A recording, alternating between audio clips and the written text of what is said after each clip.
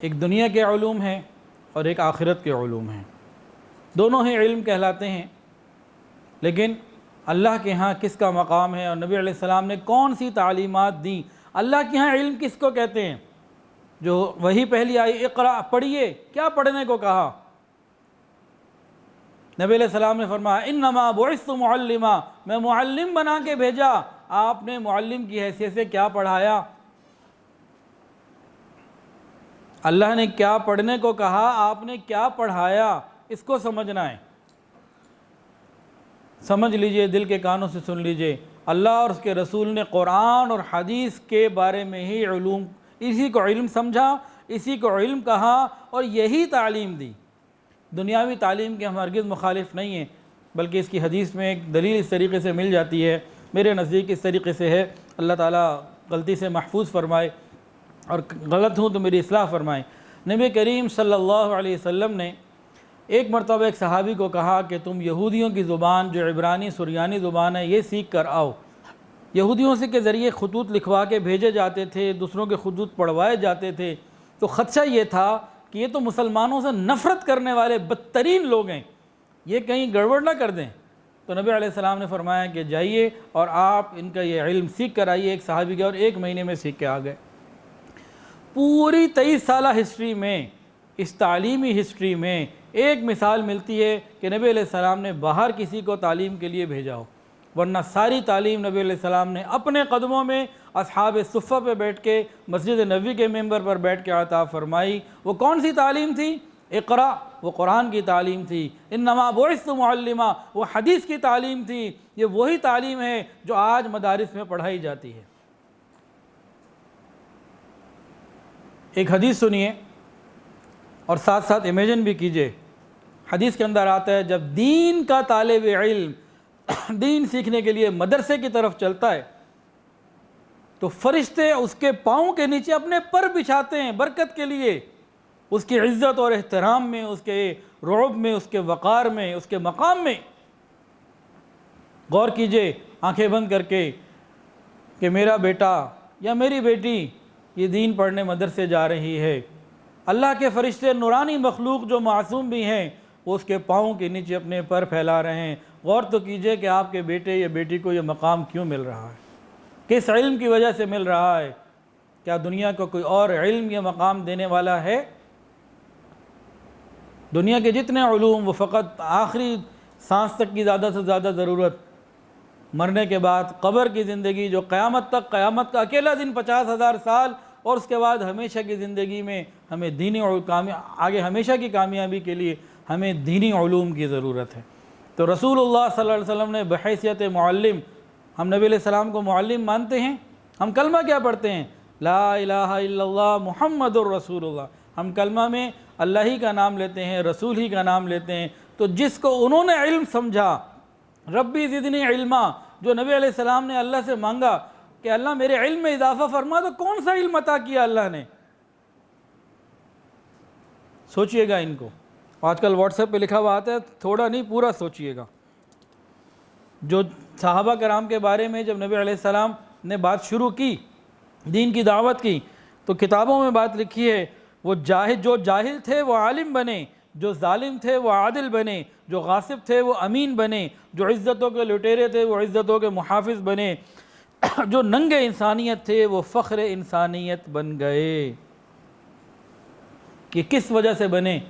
یہ رسول اللہ صلی اللہ علیہ وسلم نے جو علم عطا کیا اس علم کی وجہ سے بنے۔ اب اس علم کے چند پوائنٹ سن لیجئے۔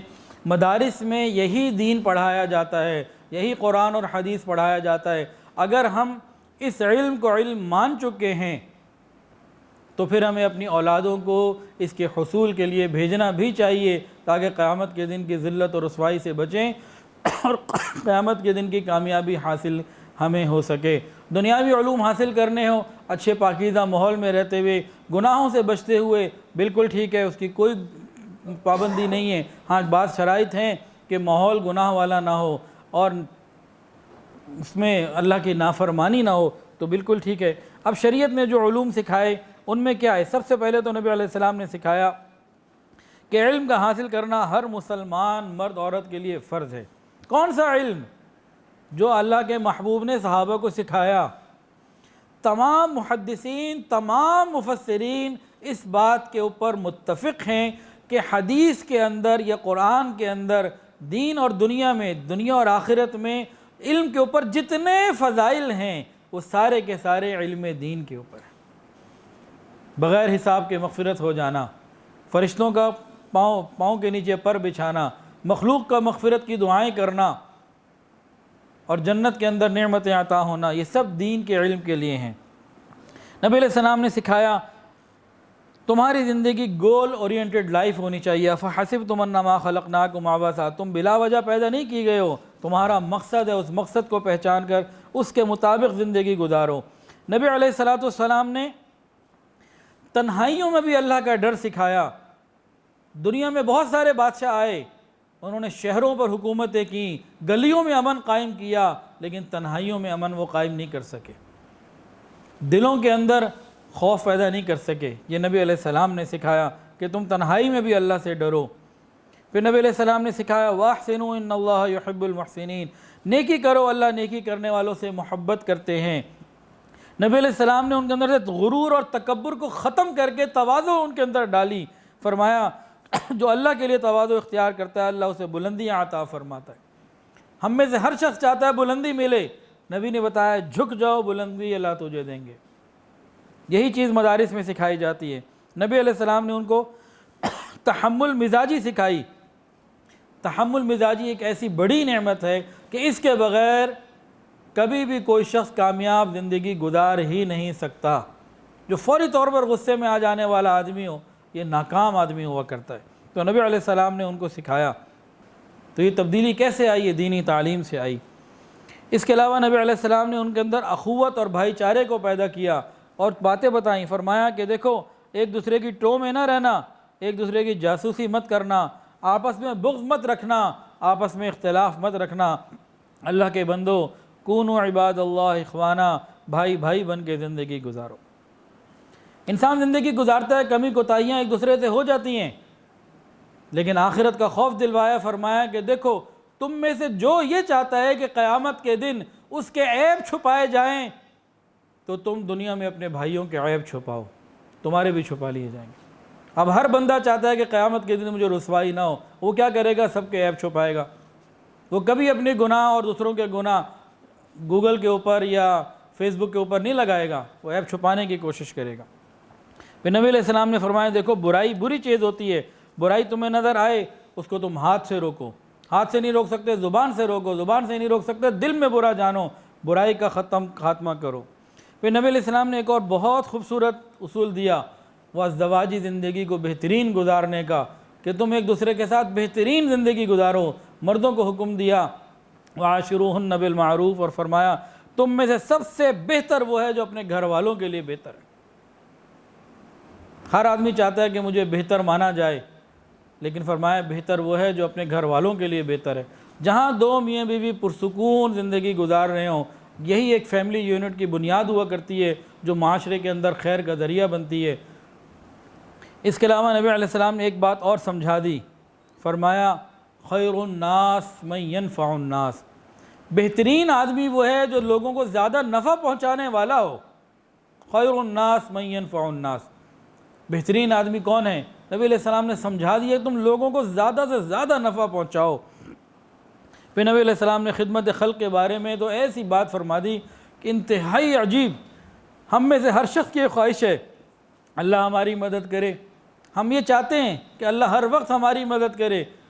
فرمایا اگر جو بندہ اپنے مسلمان بھائی کی مدد میں لگا رہے گا اللہ اس کی مدد میں لگا رہے گا۔ تم چاہتے ہو اللہ تمہاری مدد کرے، تم اپنے بھائیوں کی مدد کرو۔